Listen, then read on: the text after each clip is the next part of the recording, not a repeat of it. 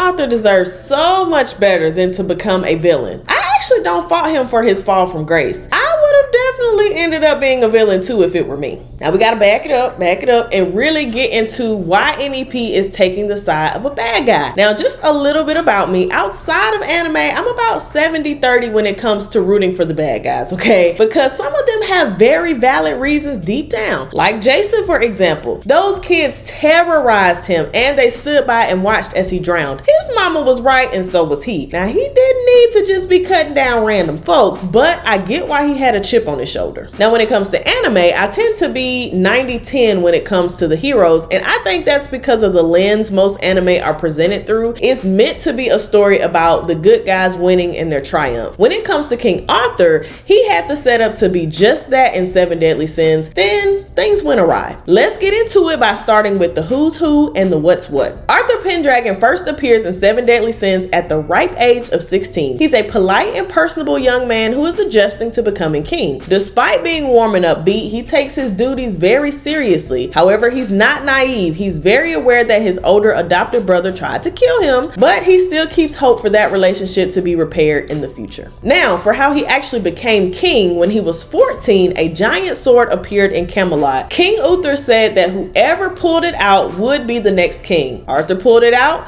which made him the new king of Camelot, wielding Excalibur, and he was adopted into King Uther's family. Now, Arthur meets Merlin, a member of the Seven Deadly Sins, and she becomes his mentor. In the anime, you commonly saw those two pull up to the scene together, and he really values and respects her a lot as both a friend and a teacher. Merlin is responsible for awakening him as the vessel of chaos, giving him the additional title of the rightful king of chaos, as well as being the king of Camelot. Now, who is chaos? Okay, so chaos is an entity that has existed from the very beginning of time, and it created the world, the people, and the gods. It is described by Merlin as both a darkness that demons fear and a light that goddesses worship. It was sealed away by the demon king, darkness, and the supreme deity, light. After the demon king's demise, the balance of light and darkness was out of whack, and this allowed Merlin and the Lady of the Lake to free chaos, and he returned to the world in a new vessel,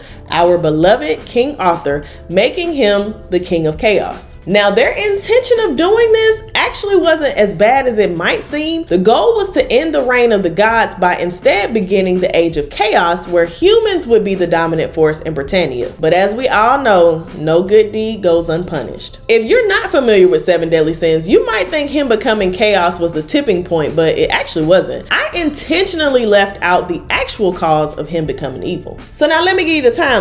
Arthur becomes king, he meets Merlin, but then the Holy War happens and Camelot gets ruined. They are caught right in the middle and he himself is outmatched. He has to watch as his kingdom is destroyed and people die, and he dies himself. Yep, King Arthur is killed during the Holy War. Remember when I said Merlin used him as a vessel for chaos?